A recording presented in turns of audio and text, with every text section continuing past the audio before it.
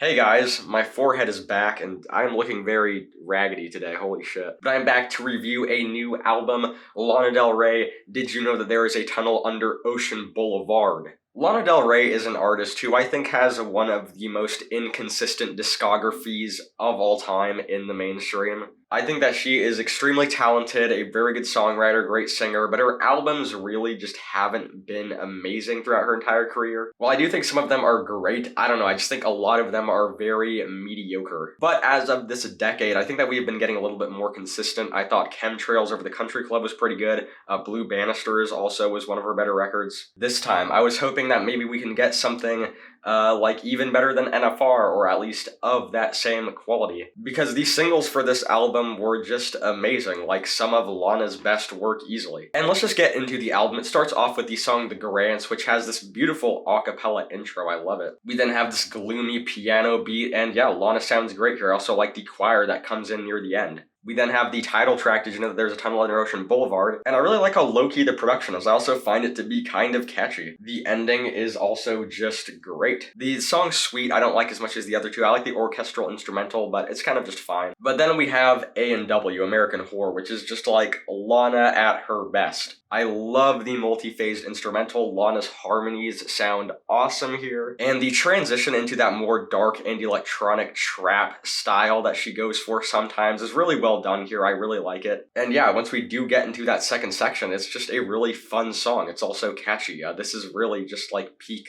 Lana. I also like how the vocals in the end are very like abrasive sounding. They're very rough. Yeah, NW, awesome song, easily one of my favorites of the year so far. But then we have like one of my biggest issues here. We have the Judah Smith interlude. Look, I'm not going to get too much into my distaste for celebrity pastors, mega churches. I think they're terrible, especially Judah Smith. Fuck this guy. And basically what this interlude is, it's kind of just him talking about shit, doing a sermon, and he kind of just wraps up the album's themes. And yeah, I mean, he is wrapping up the album pretty well, but I think that these songs here are doing that well enough themselves that this is just unneeded. And it's like 3 minutes long. It is a very big waste of time. Going back into the actual music, though, we have Candy Necklace with John Baptiste, and this is just super eerie. The piano line is awesome. Lana sounds great. The melody is awesome. This is just a great song. Kintsugi, though, I don't know. I think there's just not really anything going on here.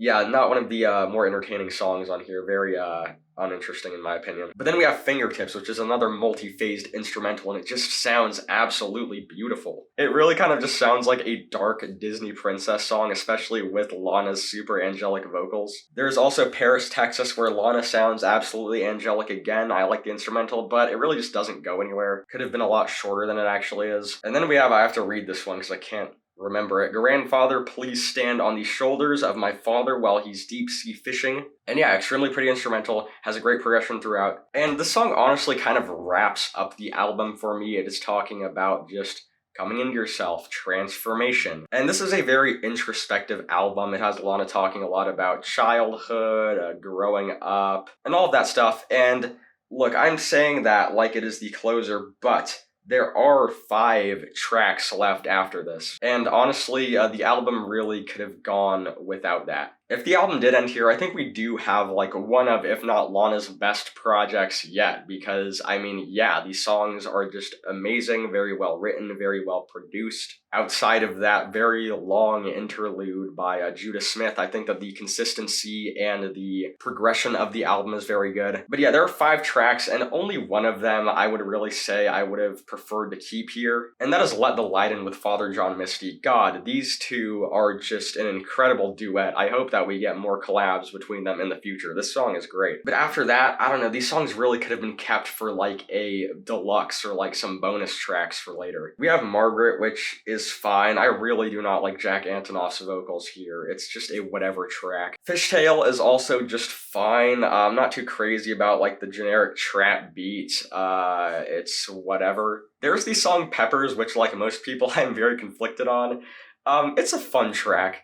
I will say that. The Hands on My Knees Like I'm Angelina Jolie is a very out of left field line. I don't know what it means, But sure. And yeah, it's kind of just a fun song. It's a little bop, but not really necessary in context of the album here. Then we have Taco Truck X VB, the real closer of the album. And when I looked at the track list for this album initially, I was wondering what the hell VB was. But what I did not want it to be was a terrible trap remix of her song Venice Bitch, which is a song that I absolutely love. That is easily one of my favorite songs of all time, if I'm being honest. I like the Taco Truck portion. I think that's a good song, but like, we really did not need a trap remix of Venice Bitch. It's so unnecessary. And as a closer, it really just does nothing for me. This is easily the worst track here. I just don't understand why exactly it is here on this album. But yeah, like I said, I think that everything from the beginning to Grandfather is very good, very consistent, very good album there. And then after that, Let the Light In is good, but then it's just like we have a bunch of unnecessary tracks that kind of just add nothing to the album. With that being said, though, I did enjoy this thing. While I was expecting a little bit more, I'm not disappointed here.